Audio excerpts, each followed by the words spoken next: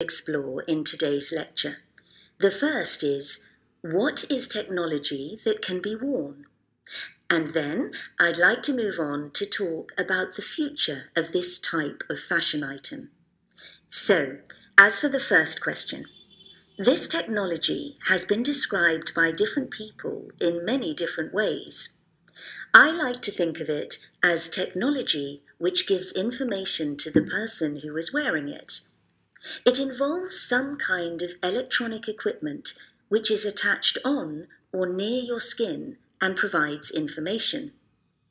Many of us will be familiar with this technology from the area of sport and fitness. I'm thinking here, for example, of those special watches which you wear when you're doing exercise.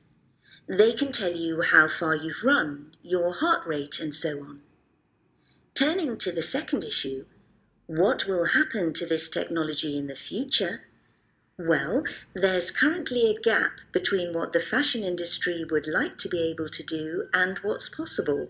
So, we need scientists and engineers to do more research.